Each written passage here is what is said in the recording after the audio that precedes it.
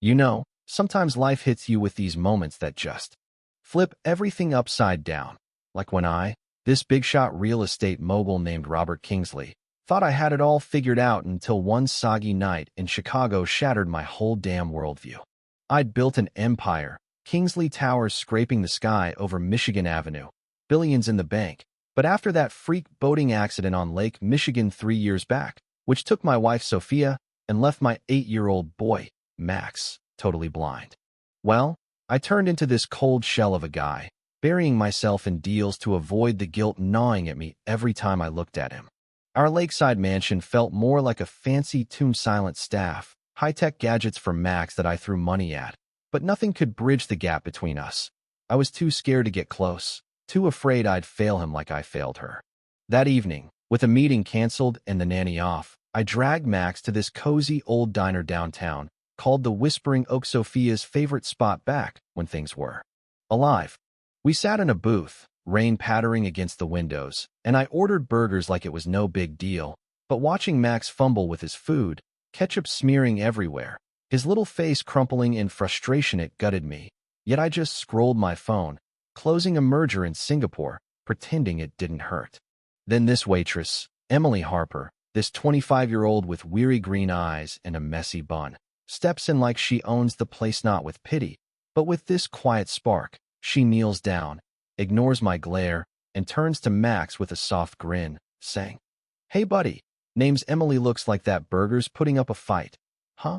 Let's map it out like a treasure hunt." She describes the plate like a game: fries at 3 o'clock, crispy and salty like ocean waves.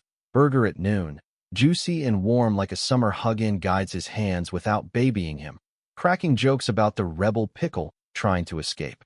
Max chuckles, actually laughs for the first time in months, and I'm sitting there stunned, my phone forgotten, because this stranger just handed my kid dignity on a platter, something all my specialists and cash couldn't touch. When I try slipping her a wad of bills later, she pushes it back gently, eyes steady. "Nah, sir," his smile's payment enough, and walks off, leaving me feeling like a fool who'd tried to buy a miracle. Couldn't shake it, so I had my guy, this ex-FBI type named Vince, dig into her discreetly, of course. Turns out Emily's life's a grind. Dropped out of art school in Boston after her dad's heart attack racked up bills she couldn't pay. Now slinging plates to support her kid sister in college. Rent always late on her tiny walk-up in Wrigleyville. No scams, no angles, just pure grit and heart, the kind I'd lost somewhere in boardrooms. Hit me hard. Here I was, king of the castle, treating my family like a bad investment, while she turned scraps into gold. So I went back to the diner, asked for her table, and laid it out straight. "Emily, what you did for Max. It's gold. Be his guide, not a babysitter, a buddy to show him the world through sounds, smells, touches. Afternoons at the house, big pay, trial run." She hesitates, eyes searching mine, then nods with a condition. "No phones when we're together, you gotta be present." Deal sealed, and just like that, our frozen world started melting.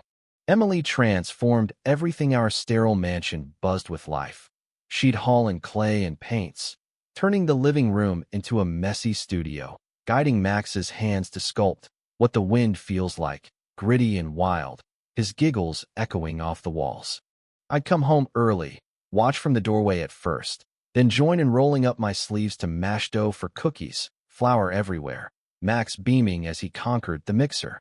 We talked late nights, her sharing dreams of galleries, me admitting how the accident wrecked me inside, that guilt like a chain I couldn't shake. But shadows crept in. Sophia's brother, Uncle Harlan, this slick operator running our family charity, saw Emily as a threat to his cushy spot, siphoning funds for his yachts and mistresses.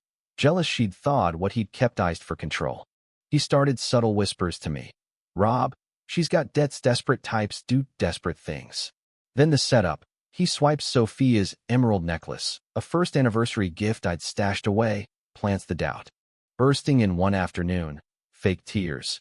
"It's gone, Robinly. One thing's changed here." My old paranoia flares. I storm in, bark at Emily. "Empty your bag now."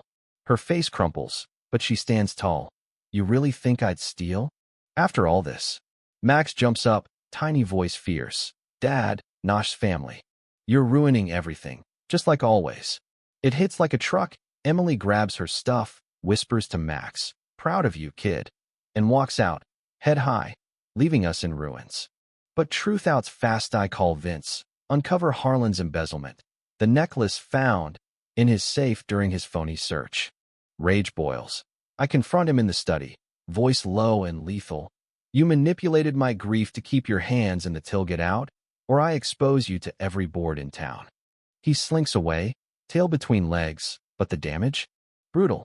Drove to Emily's cramped apartment myself, stairs creaking under my guilt, knocked like a beggar. "Emily, I was blind worse than Max. Harlan framed you. I let fear win." Hand her keys to a riverside studio, fully paid, plus scholarships for her and her Cisterno strings, just immense. "We need you back, not as help, as us." Tears in her eyes, she pauses. "One condition, family art night. No brushes. Yuri getting messy too." Relief floods me. We laugh, paint flying, Max's joy sealing it. Now the place hums, Emily's art blooming, Max thriving, me finally a dad, not a ghost. But here's the twist that bugs me. Should I have pressed charges on Harlan, or was cutting him off justice enough? Family ties make it messy. Blood versus betrayal. What do you think? Drop a comment, forgive the snake, or throw the book. Share if this hits home. Subscribe for more real-life turns that prove kindness flips the script.